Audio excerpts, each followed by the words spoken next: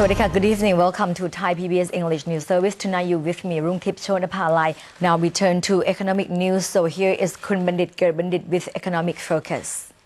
Thank you, Dr. Rungtip. One piece of much anticipated global economic news today has been the U.S. Federal Reserve's execution of the third round of quantitative easing, or QE3. The American Central Bank purchased $40 billion of mortgage debt as it seeks to boost growth and tackle unemployment. Unsurprisingly, stocks rallied after the announcement. Here at home, an eagerly awaited announcement today was the appointment of the new president of Thai Airways.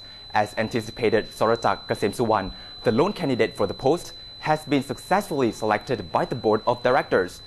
The employment contract will be signed within next month.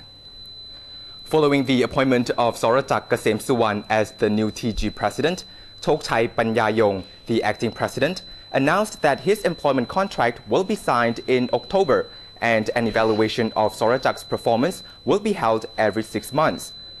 However, in May, the former TG president Piyasawat Amaranan was sacked from the post for having communications problems with the board. Piyasawat then retaliated by filing a petition with the Central Labor Court, accusing the airline of laying him off unjustly. In the event that the court ruled in favor of the former TG president and ordered his position to be reinstated, the Thai Airways has to seek legal advice to assess how next to proceed. The Commerce Ministry is preparing to release another 500,000 tons of its rice stockpile, and the private sector will be asked to submit their bids on September 19th. Rice exporters believe that the rice will be released at prices close to the current market value, which will cause the government to suffer a loss of 1,000 to 3,000 baht per ton. During the government's rice auction last month, more than 200,000 tons of rice was sold, out of the over 700,000 tons put up for sale. The Commerce Ministry has recently approved the release of the remaining rice stockpile and will allow the private sector to submit their bids on September 19th. Price negotiation will be finalized on September 21st. Sompong Kiti Rianglab, the president of Pong Lab Company, a rice exporting firm, believes that the bidding prices will reflect the true market value because the government will not be able to sell its rice if it sets the price above the market benchmark. This will ultimately cause the government to incur a loss of 1,000 to 3,000 baht per ton.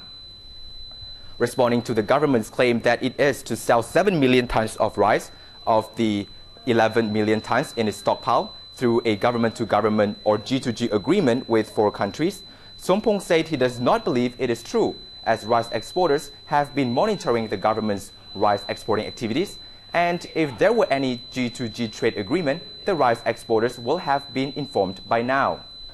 We end tonight's economic focus with the news that the start of the AEC looks like being postponed.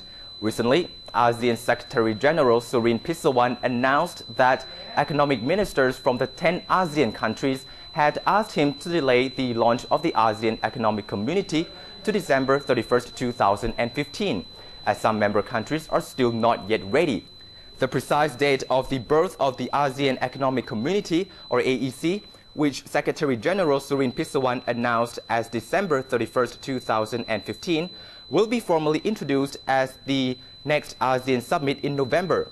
Industry Minister M.R. Pongsawat Sawadiwat said Thai industries will not be impacted by the delay in custom duties benefits if the AEC is to be postponed by no later than a year. This is because local industries are already receiving such benefits on over 100 products under the ASEAN Free Trade Agreement, or AFTA. M.R. Pongsawat noted that the postponement will give the government more time to make necessary changes to its trade-related laws, while allowing SMEs to improve their competitiveness. On the other hand, Pongsak Asakun, the president of the Thai Chamber of Commerce, disagrees with the delay, arguing that it will affect every aspect of the move towards a more integrated regional economy, including further postponement of important changes in the trade-related laws. Pongsak insisted that it has been acknowledged for a long time that some member countries are still not yet ready for the AEC.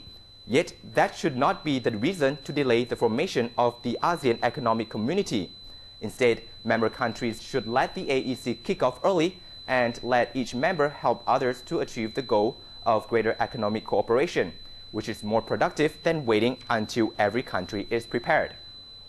And that wraps up tonight's Economic Focus. I wish you a happy and safe weekend and return to you, Dr. Rungtip.